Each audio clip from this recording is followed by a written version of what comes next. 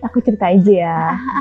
Jadi sebetulnya aku jadi seperti ini tuh karena ada penyebabnya juga. Sebetulnya nggak mau nyalain salah satu pihak sih, karena memang udah terjadi juga dan sekarang tuh tinggal menjalani yang udah terjadi aja gitu. Jadi awal mulanya itu sebetulnya dari kecil itu mungkin karena didikan juga kali ya. Aku kan anak pertama, perempuan juga, dan dari kecil itu aku susah untuk bisa terbuka sama orang gitu. Terus karena dari keluarga aku juga tertutup banget, kayak aku nggak ada space untuk bisa cerita aku lagi kenapa, lagi mau apa, lagi ada apa, itu aku nggak bisa cerita ke siapa-siapa gitu. Jadi cuma bisa dipendem-pendem aja sampai akhirnya ke bawah sapi gede gitu kan. Pas udah dewasa gini, lagi remaja, lagi mulai ini cari jati diri, nggak ada yang ngebimbing gitu kan. Akhirnya salah jalan. Itu mulai dari SMA sih. Mulai dari SMA kenal sama cowok, dan ini cowok pertama. Cowok pertama di SMA. Aku belum pernah pacaran. Pacaran itu pas sudah SMA. Nah sama cowok ini aku ngerasa aku ada yang ngelindungin, aku ada yang ngejagain, aku ada yang sayang gitu. Terus ya udah pacaran itu 5 tahun. Pacaran 5 tahun. 5 tahun lumayan ya, maksudnya lumayan tuh bisa cicil mobil dapat lah. Dapat sih, udah lunas sih kayaknya ya. Terus pacaran 5 tahun. Nah selama di situ mulai kenal lah pergaulan. Terus sekolah nggak langsung pulang sampai malam gitu. Terus libur pergi terus sama dia gitu. Alasannya ya bareng-bareng sama teman, tapi kan teman masing-masing lah ya gitu. Teman kesana, aku kesini gitu. Terus akhirnya disitulah mulai ngelakuin hal di luar batas gitu. Sama kali oh rasanya gini ya gitu. Terus dijanjiin juga aku nggak bakal ninggalin. Merdu banget semua ya saya. Aku bakal gitulah ya. Terus udah sampai akhirnya berjalan dengan kebiasaan itu. Terus karena satu dan lain hal kita berpisah, udah selesai. Putus. Mau jadi pacaran lagi itu 3 tahun. Aku kalau pacaran sebetulnya lama. Senyaman itu kamu dengan dengan pasangan kamu saat itu? Karena yang benar-benar bisa nge-treat aku gitu, itu justru pasangan aku. Itu yang aku nggak dapetin dari orang rumah atau keluarga gitu. Makanya aku pacar gitu. Terus putus juga. Nah udah dari situ kayaknya capek nih pacaran, karena ngerasa udah mulai toksik juga nih. Pasti setiap pacaran pasti selalu itu gitu. Apa yang menjadi toksik dalam hubungan pacaran kamu gitu, dan endingnya tuh kenapa sampai pada akhirnya yaudah kita udah selesai gitu? Karena nggak jauh-jauh dari sih. Sex oriented orientasinya gitu. Iya, nggak jauh dari itu. Terus aku ngerasa kayaknya tahu nih endingnya bakal gimana gitu. Terus ya udah kita selesai aja gitu. Selesai, akhirnya nggak pacaran, sempet nggak pacaran itu hampir setahun. Akhirnya sama temen jalan ke sana sini sama temen. Nggak dapet lagi nih dari pacar, nyarinya di temen. Karena nggak dapet rasa itu dari keluarga, akhirnya nyarinya ke temen, pelariannya ke temen, semuanya ke temen. Terus sampai akhirnya capek juga sama temen, karena ya macem-macem lah ya yang namanya temen. Akhirnya aku coba buat mau ini deh, perbaikin diri aja gitu. Udah gak mau pacaran lagi, mau perbaikin diri. Siapa tahu nanti dapet jodoh. Udah mikirnya udah kesana. Siapapun deh mau terima keadaan aku kayak gini gitu kan. Akhirnya itu 2019 akhir. Aku sempat ikut kajian-kajian juga gitu. 2019 akhir ketemu lah sama cowok ini.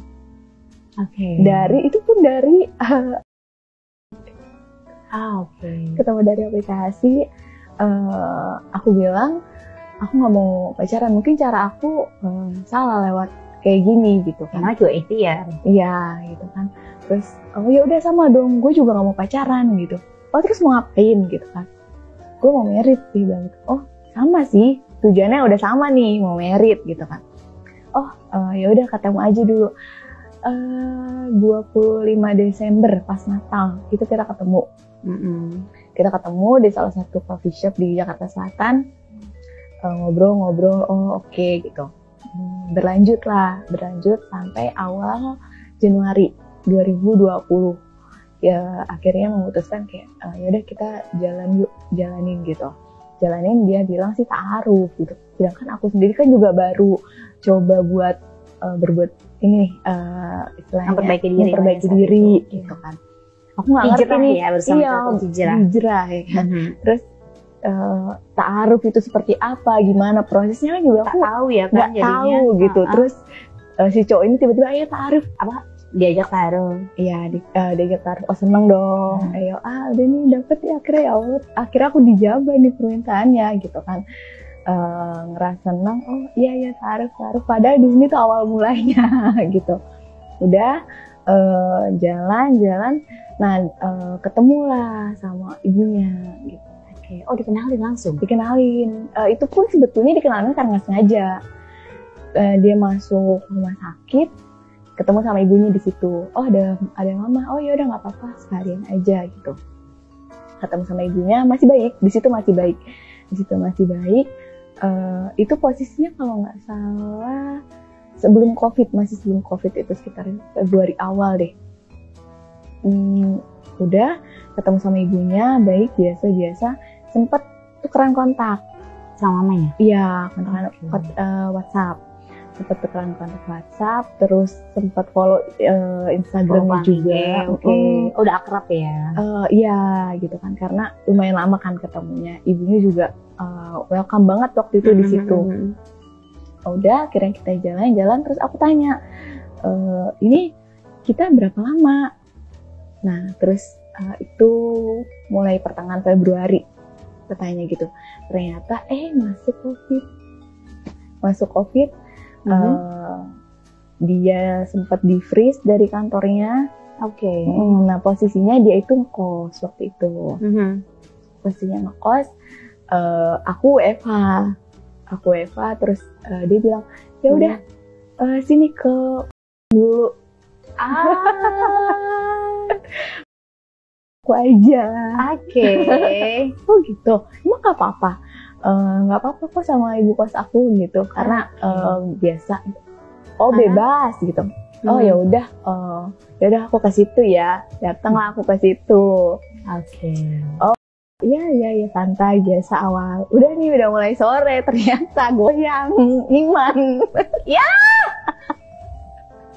Pas sore dari ta'aruf jadi cobain dulu. Oke.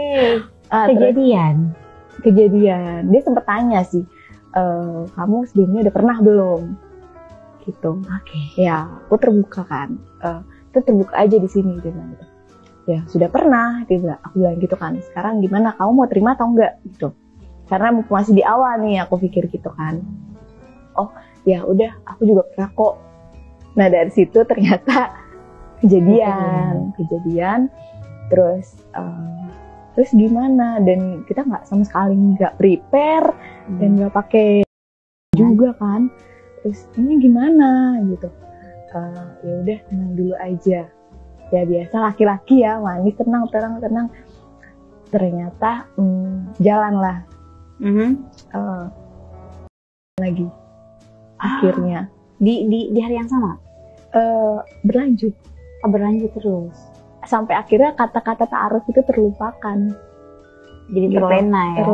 Terus akhirnya ayo dikenalin ke temennya dia, kenalin, terus ternyata aku baru tahu dunianya dia sih, suka ke klub segala macem. Jadi sebelumnya itu memang aku nggak sampai ke sana, hanya aja bebas gitu kan. Terus pas sama dia, jadi hampir setiap kita ketemu itu setiap malam minggu. Malam minggu sama malam Senin itu pasti selalu bungkus lah ya. Iya. Dari situ dan memang nggak pernah pakai. Oh nggak pernah. Dan tidak jadi gitu. Terus itu aku belum tahu kenapanya nih gitu, aku belum tahu alasannya dia kenapa gitu. Ternyata pas Lebaran aku baru sadar, pas Lebaran itu aku coba untuk ngechat ibunya, kan biasa mau kirim kue ya. Ngechat ibunya, kok checklist 1 ya gitu. Ganti nomor? Belum tahu checklist 1. Aku chat di Instagramnya, kok not found user. Terus aku tanya dong sama si pacar aku ini sebelumnya, kenapa ya kok mama aku WA checklist 1 di ya, IG juga nggak bisa gitu. Ternyata aku cari tahu aku diblok di IG dan di sosmed. Aku diblok karena nggak suka. Padahal hari itu kenapa? Mungkin aku bukan yang dimau sama ibunya. Mungkin ibunya punya calon sendiri. Mungkin sampai sekarang pun aku masih berasumsi karena nggak mau cari tahu juga. Gitu. Terus sudah akhirnya Lebaran itu aku datanglah ke rumahnya. Nah, fun fact-nya ternyata waktu lagi Lebaran itu kondisi aku lagi, dan aku nggak tahu itu udah jalan 8 minggu. Masih baru-baru ya, masih awal, masih hamil muda lah ya. Karena aku nggak ngerasain apa-apa, gitu, kayak biasa aja gitu. Dan kebetulannya memang datang bulan aku tuh nggak teratur. Jadi kan, oh ya udah santai, berarti lagi stres atau lagi apa gitu, nggak mikirin gitu. Ternyata pas di Lebaran itu aku lagi posisi, terus ketemu, aku datang ke rumah ibunya, nggak ditemuin. Ke rumah ibunya nggak ditemuin, sama sekali nggak ditemuin. Alasannya lagi COVID. Alasannya, oh aku terima, oh iya bener mungkin lagi COVID ya, aku aja mungkin yang terlalu ngotot. Sampai akhirnya aku pulang. Terus di sana ketemu siapa, bapaknya? Bapaknya kebetulan udah nggak ada sih, jadi hanya mamanya aja. Mama sama tapi neneknya ketemu. Neneknya baik gitu. Jadi aku cuma ketemu sama neneknya sama dia aja. Udah pulang dari sana, kebetulan kan aku kerja dinas. Nah aku sempat dinas, jadi posisi aku lagi dinas itu aku lagi hamil juga aku nggak tahu. Dan aku waktu lagi dinas aku juga sempat aku nggak tahu sih. Kita nggak tahu. Mobil segala macam sama teman-teman. Pas pulang temanku yang kok kayaknya beda ya gitu. Oh iya gitu. Udah dapet belum? Ditanya.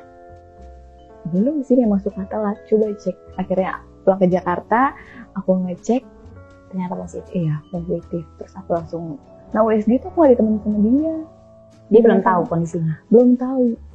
Kamu make sure sendiri ya? Aku make sure sendiri. Aku USG, udah dapet buku, dapet hasil, dapet vitamin. Aku temui dia, dan di situ dia susah dihubungin. Oh my. Sempet susah dihubungin, sempet hilang-hilangan. Setelah dia tahu kamu? Sempet hilang-hilangan. Udah sempet pusing, bingung juga. Aku bingung, aku harus kayak gimana, harus langkahnya seperti apa, karena udah lumayan besar juga, udah 2 bulan. Udah 2 bulan, waktu kan jalan terus ya. Betul, dan semakin membesar. Iya, terus aku harus kemana? Aku ke orang tua nggak mungkin. Selama ini aku jauh banget dari orang tua. Nggak pernah cerita, aku begini, aku nggak pernah cerita. Nggak ada tempat. Salah satunya itu, aku punya temen kerja, dan itu memang deket banget. Aku panggil dia abang. Aku saat itu ceritain sama abang aku ini, bang, aku kenapa? Abang aku udah tahu ternyata. Abang udah tahu dari sebelum kamu berangkat dinas. Kok abang nggak ngasih tahu? Ya abang nunggu kamu ngomong aja. Kamu tak dari kapan? Pulang dari dinas. Nah gitu. Ya udah, gimana? Coba kamu bisa dihubungin. Dia udah tahu, kayak arahnya tuh udah tahu kemana gitu. Iya. Belum bisa dihubungin, karena dari aku kasih tahu itu benar-benar hilang, susah dihubungin. Sampai aku datang ke kosannya. Dia, kata yang punya kosannya udah pulang ke rumahnya, dia udah nggak ngekos lagi. Aku nggak mungkin dong datang ke rumahnya, posisi aku di situ nggak diterima sama siapa-siapa. Masa ya aku kasih tahu nenek-nenek? Kan nggak mungkin. Aku kasih tahu neneknya kan nggak mungkin kan. Akhirnya di situ aku nggak punya akses selama aku dekat sama dia. Aku nggak kenal sama temen-temennya. Ya kan dikenalin katanya. Temen kantor aja. Oh, oke. Kalau sama teman rumahnya nggak ada yang kenal. Oke. Sampai akhirnya aku cari di sosmed, aku sempat ancam. Kalau kamu nggak mau, ya udah, mau nggak mau ini harus aku selesain gitu, nggak aku lanjutin gitu. Sempat ada kepikiran ke sana gitu. Dia balas di situ, jangan dia apain. Ya udah, terus gimana? Aku bilang gitu kan. Iya sabar, nanti aku akan bilang. Itu aku bertahan sampai mau ke 4 bulan. Itu masih belum ada kejelasan. Makin besar. Akhirnya karena aku takut ketahuan juga sama orang rumah, aku ngekos. Aku sempat ngekos itu kurang lebih sebulan. Pokoknya pas karena aku jalan 4 bulan, itu aku ngekos. Udah aku coba cari tahu teman-temannya segala macam, dapet sahabatnya dia. Ketemu, aku bilang aku mau ketemu, aku kasih tahu ke sahabatnya. Akhirnya ya udah, gue bantuin. Mau nggak mau, nah ini cowok harus tanggung jawab. Akhirnya ketemu sama si cowok ini karena dibantu sama sahabat aku. Dia nggak mau nemuin aku. Ada aja alasannya pokoknya. Akhirnya ketemu, lu harus tanggung jawab nih. Ini dia udah gede, makin gede gitu kan. Lu harus tanggung jawab, kata temennya. Iya nanti gue ngomong. Lu mau sampai kapan ngomong? Atau gue yang ngomong sama nyokap lu gitu kan. Akhirnya karena mungkin dia merasa ditekan ya si cowok ini, aku tekan dia, teman-temannya juga neken dia. Sampai yang tadinya cuma satu orang yang tahu, teman-temannya akhirnya tahu semua. Teman-teman tongkrongan rumahnya tahu semua. Mungkin karena dia di situ kedesak, akhirnya ngomong sama ibunya. Itu aku akhirnya, singkat cerita, usianya udah 5 bulan. Usia kandung aku udah 5 bulan. Ibunya udah tahu, ibunya datang ke rumah. Karena aku nggak mau ngomong. Akhirnya ibunya datang ke rumah, ibunya ngomong sama orang tua aku. Ya sudah, karena udah tahu usianya juga udah besar, nggak mau berlama-lama, sampai akhirnya di bulan Juli itu kita menikah. Dan menikah itu Siri? Nggak langsung KUA. Karena di situ untungnya dipermudah banget. Kita cuma nikah di KUA, dan di situ aku nggak ibuin apa-apa. Mahar? No. Seperangkat alat sholat? Hanya itu aja. Perhiasan? No. Oke. Bener-bener yang ala kadarnya aja. Nih, ya udah, anak gue nikahin, tapi gue nggak ngasih apa-apa. Gitu.